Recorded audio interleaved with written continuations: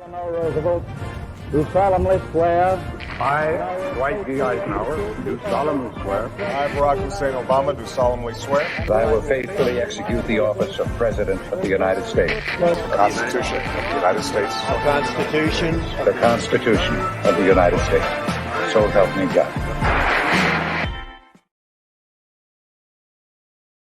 Thank you for joining us for this episode of Our Constitution in the News. I'm Mark David Smith.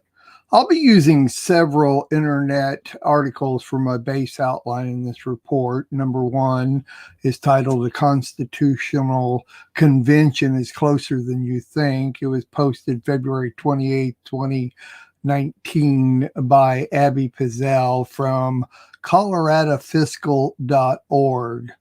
Number two article is titled "Convention to Purpose Amendments to the United States Constitution." This is a Wikipedia article and title, as a matter of fact. The number three article is titled "A Call for a Convention of States." You can find that at conventionofstates.com. The fourth article I'll be using as my base outline is titled "The Idea of a Second Convention," and that's from the Center for the Study of the American Constitution website at csac.history.wisc.edu. And now for my research on the Constitutional Convention.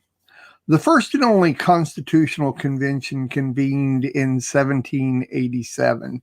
It created the framework for the United States Constitution and the government we know today. To ensure a balance of power, the framers included Article 5 of the Constitution, which outlines mechanisms for future constitutional amendments. And I'll be reading you a little bit of history later on this report. This is how Article 5 of our United States Constitution reads.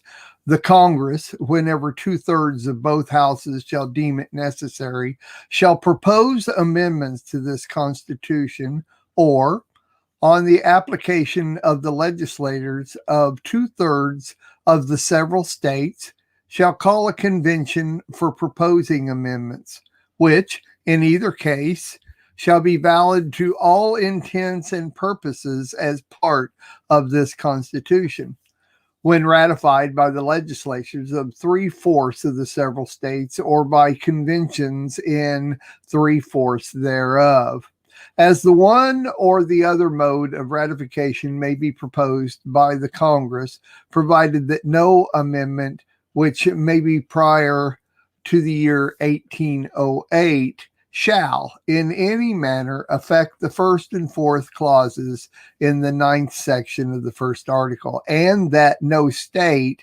without its consent, shall be deprived of its equal suffrage in the Senate. Now, Article 5 contains two ways to amend the United States Constitution. Number one is Congress can propose amendments, or number two, states can call for a constitutional convention, and or otherwise called an Article 5 convention. There are two paths going forward. Under Article 5, Congress has the authority to propose constitutional amendments. Any amendment proposed must pass through each chamber of Congress by a 2/3 majority and then be ratified by 38 of the 50 states. It's obvious this part of Article 5 has been used, as there are 27 amendments in the Constitution right now. Alternatively, Article 5 allows the states to call what's called a constitutional convention. The purpose of this part of Article 5 is to give state legislatures power over an obstinate, uncooperative Congress. if 34 of 50 states submit a resolution proposing an amendment on one topic or many topics, or just a general call for convention without proposing any specific topic. Amendments proposed during a constitutional convention must also be ratified by 38 states. Since the first and only original Constitutional Convention of 1787, Congress has proposed 33 constitutional amendments. 27 have been ratified, which of course gives us our 27 amendments in our Constitution. There has never been a constitutional convention called by the states. However, many states have made efforts to call a convention. Estimates show state legislatures have passed hundreds of resolutions calling for an Article 5 constitutional convention in the last 200 years. Today, 42 states have at least one Article 5 resolution pending. Even though the Article 5 convention process has never been used to amend the Constitution, the number of states applying for a convention has nearly reached the required threshold several times. Congress has proposed amendments to the Constitution on some occasions, at least in part, because of the threat of a second Article 5 constitutional convention. Rather than risk such a convention taking control of the amendment process, Congress acted preemptively to propose the amendments instead.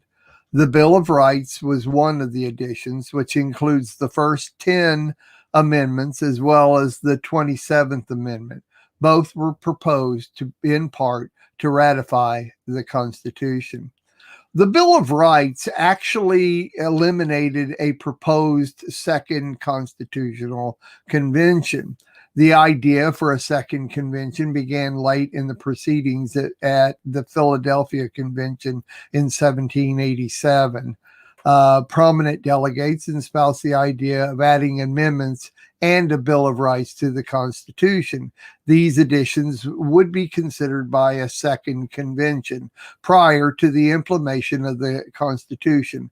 The delegates at Philadelphia rejected the idea.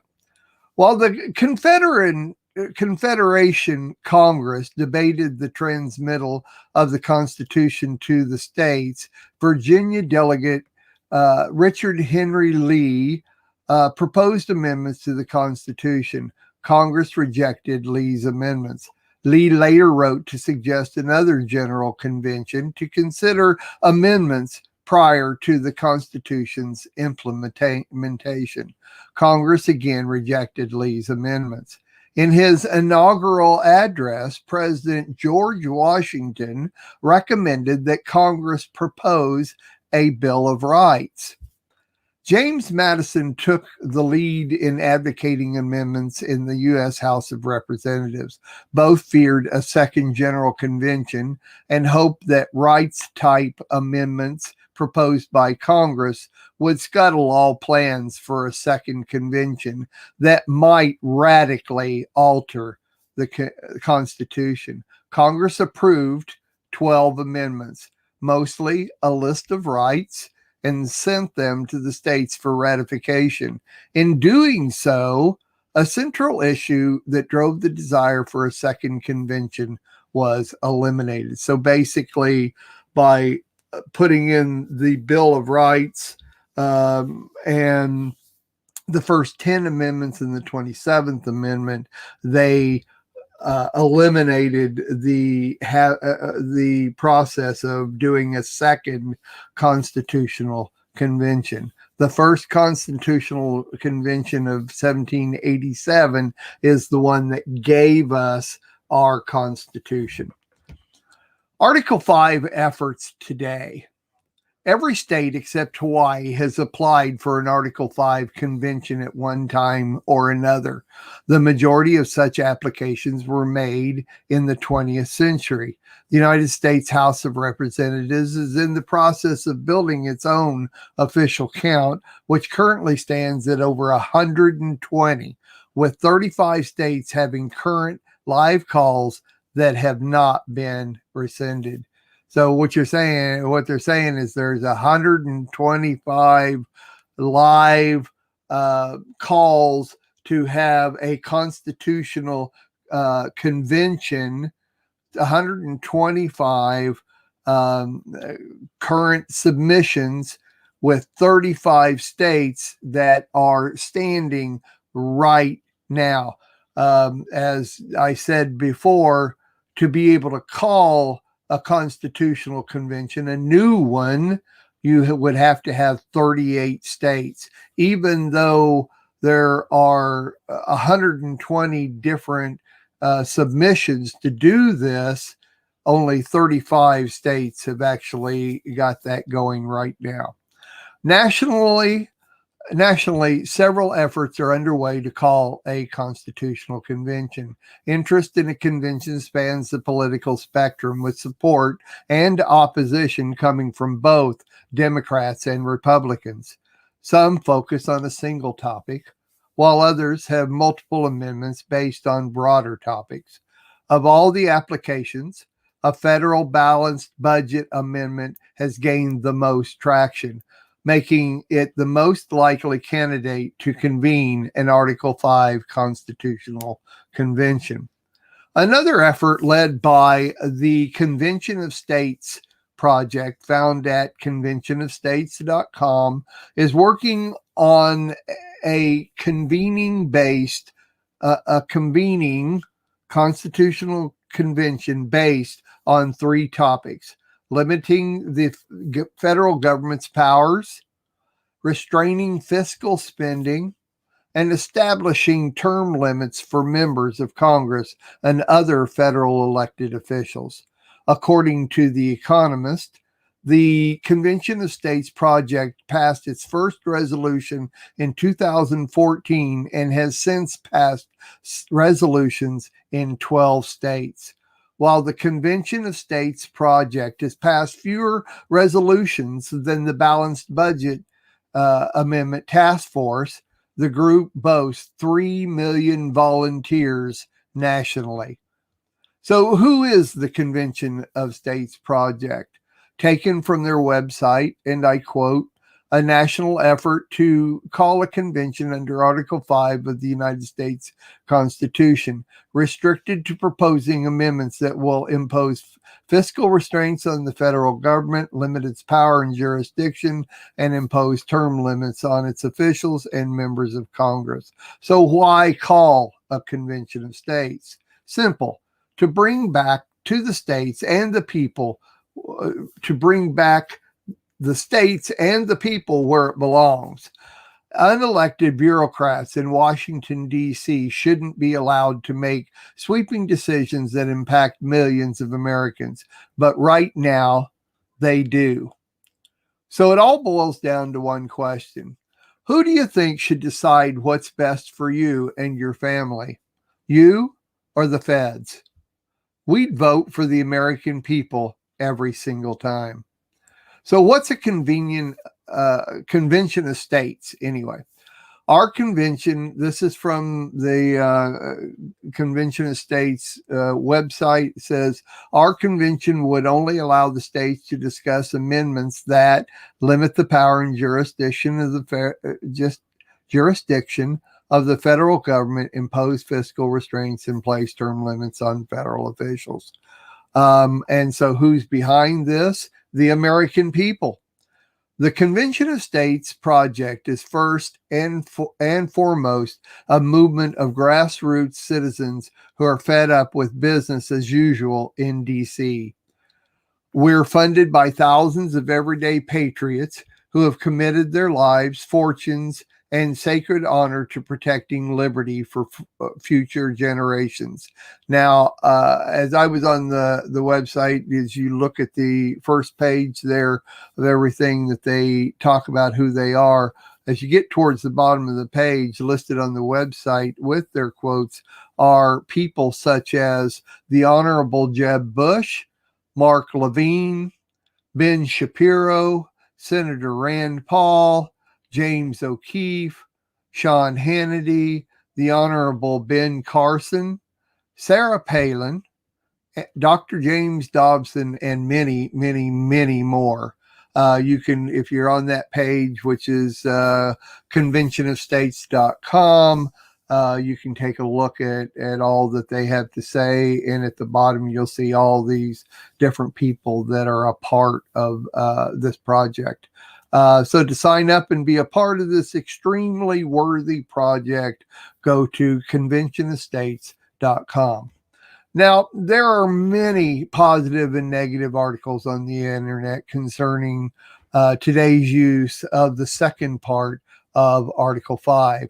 The state this country is in today, along with heavy, heavy prayer and a commitment to follow the ways of our one and only true God, this may be the only way to get our country back on track. Please do your own research on this subject, this article, Article 5 of our Constitution of the United States. My research for this episode of our Constitution in the News came from a constitutional convention is closer than you think, posted February 28, 2019 by Abby Pizzell from coloradofiscal.org. Convention to propose amendments to the United States Constitution, which is a Wikipedia article title. A call for a convention of states, which is at conventionofstates.com. And finally, the idea of a second convention from the Center for the Study of American Constitution website at csac.history.wisc.edu. Thank you for joining, and please use the website for all your Messianic media needs. There are over 1,300 Messianic videos at the Lamb Network website. Messianic media for the Messianic lifestyle at www.messianiclambnetwork.com. Remember, the world is changing. If we play by the old rules, we're going to lose the new battles. Mark my words. Thank you for joining us for this episode of our Constitution in the News. I'm Mark David Smith. Now stay tuned for my research on Article 1, Section 9, Clause 8 from the Constitution of these United States. And we'll be back right after this. I, Franklin Delano Roosevelt, do solemnly swear. I, Dwight D. Eisenhower, do solemnly swear. I, Barack Hussein Obama, do solemnly swear. That I will faithfully execute the office of President of the United States. The Constitution of the United States. The Constitution of the United States. So help me God. So help me God. Don't you love it? Thank you for joining me on Contemplating the Constitution. I'm Mark David Smith. Last week, we talked about Article 1, Section 9, Clause 7, which states no money shall be drawn from the Treasury, but in consequence of appropriations made by law. And Clause 7b, and a regular statement and account of the receipts and expenditures of all public money shall be published from time to time. This is called the Appropriations Clause and the Statement and Accounts Clause. You can find the archive of this broadcast along with all the other broadcasts we've done at www.messianiclambnetwork.com. This week, I give you research on Article 1, Section 9, Clause 8. No title of nobility shall be granted by the United States, and no person holding any office of profit or trust under them shall, without the consent of the Congress except of any present annulment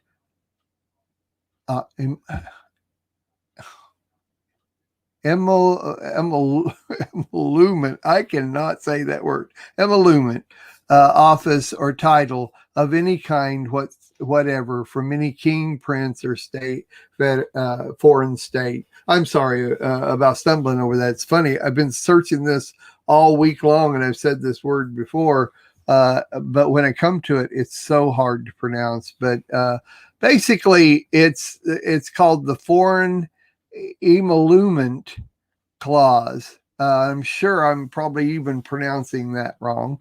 Or the Gifts Clause, Foreign Gifts Clause, and Foreign Titles Clause.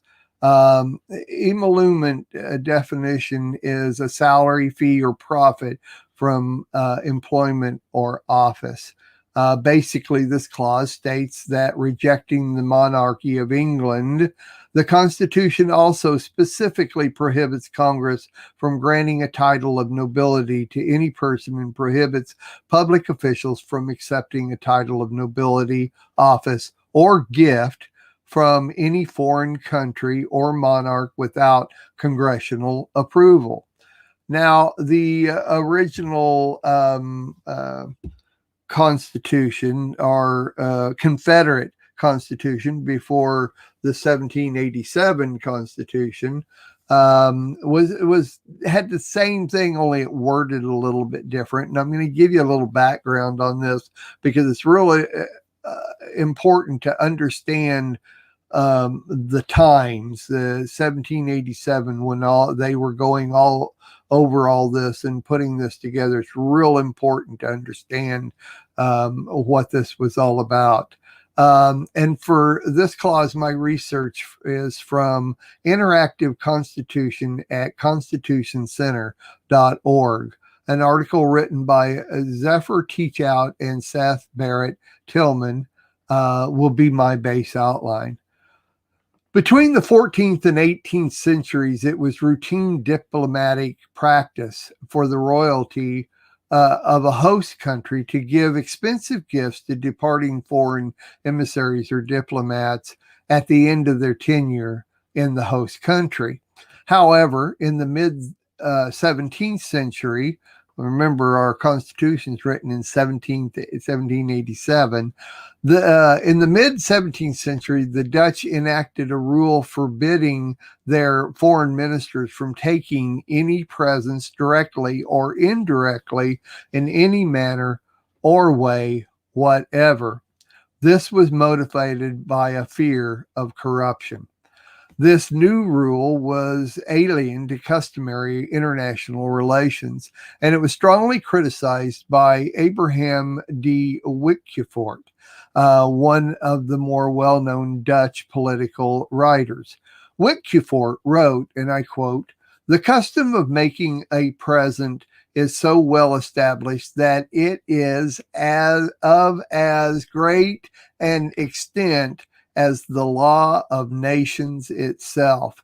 There is reason to be surprised at the regulation that has been made on that subject in Holland," end quote.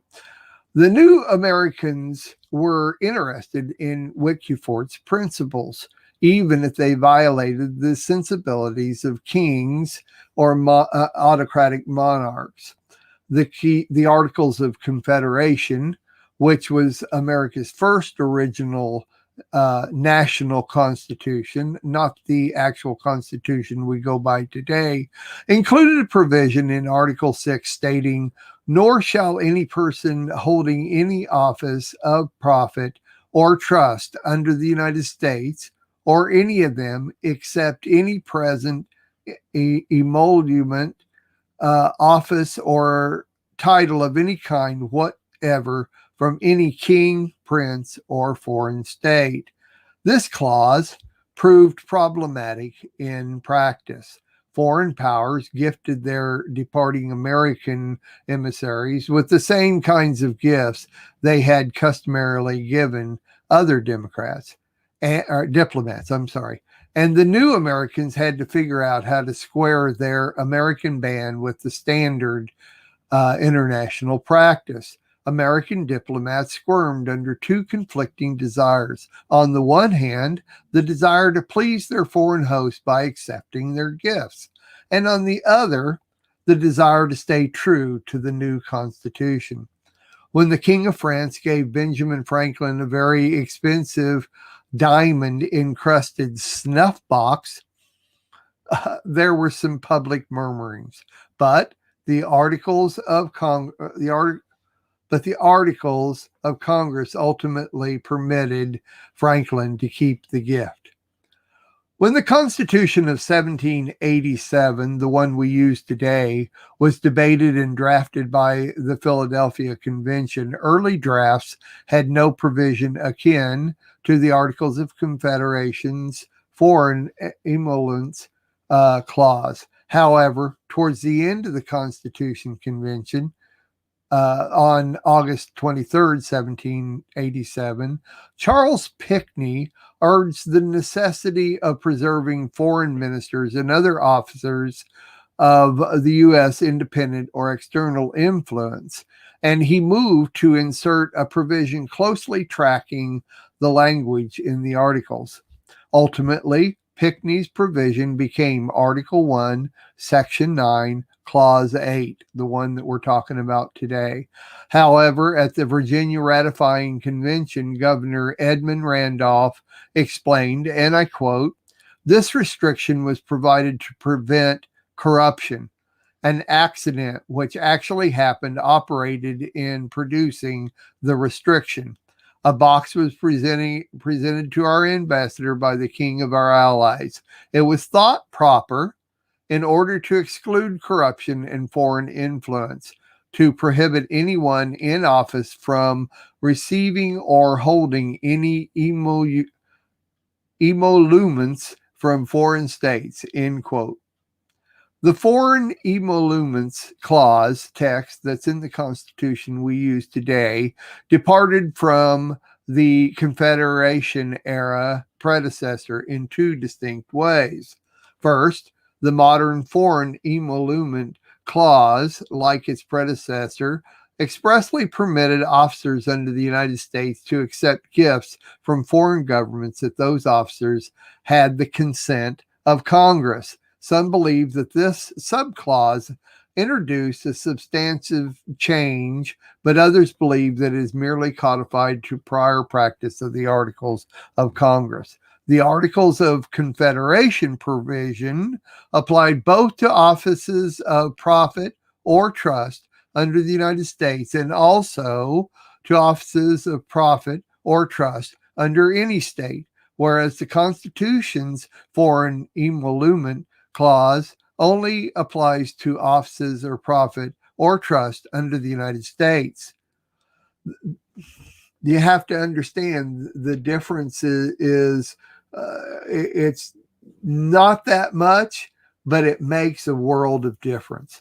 The prevailing view is that the modern foreign emolument clause, unlike its article's predecessor, does not reach state positions. Some would argue that the modern foreign emoluments clause has a somewhat more limited scope than its Confederation era predecessor. American ambassadors stationed abroad are prohibited from accepting gifts from foreign governments and their officials. The purpose is to prevent such diplomats from being bribed by foreign lucre and corrupted by other foreign gifts, and also to ensure that their loyalties remained undivided. In other words, running exclusively to the United States, its government, and its people. Substantial early American materials from the ratification area strongly support this view. Our text of the Constitution's foreign emoluments clause is not limited to American ambassadors or even to American diplomatic personnel. Our Constitution's foreign emoluments clause applies to offices of profit or trust under the United States, a substantially wider category. It is undisputed that this category applies to all officials holding appointed positions in the judicial and executive branches of the national government. What about the legislative branch? In 1792, the Senate asked Secretary of the Treasury Alexander Hamilton to compile a list of all persons holding offices under the United States and their salaries. Hamilton's 1793 response, including non-elected officials in each branch, including the legislative branch.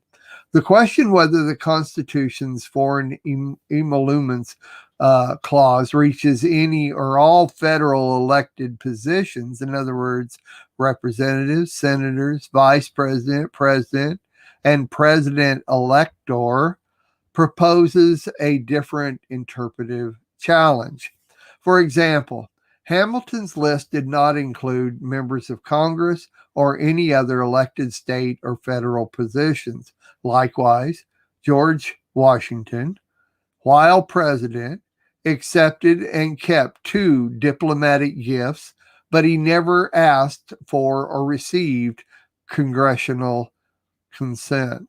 However, subsequent presidents, such as Andrew Jackson, in similar circumstances, sought congressional consent.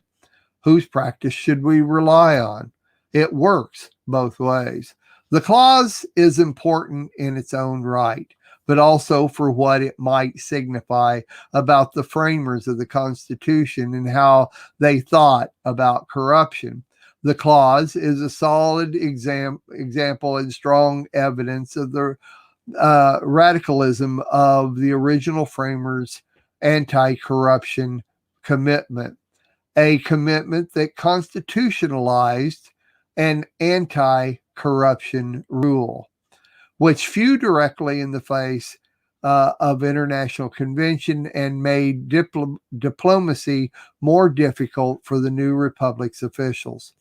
This anti-corruption centered understanding of the clause and of the original framers of the Constitution's worldview might inform our understanding of other constitutional provisions and of the Constitution's global structure. But the validity of such interpretations, which rely in part on the original framers' intentions rather than specific constitutional text, is highly controversial. Bottom line, this clause specifically talks about elected officials accepting physical emolument gifts, which is basically considered profiting from holding office.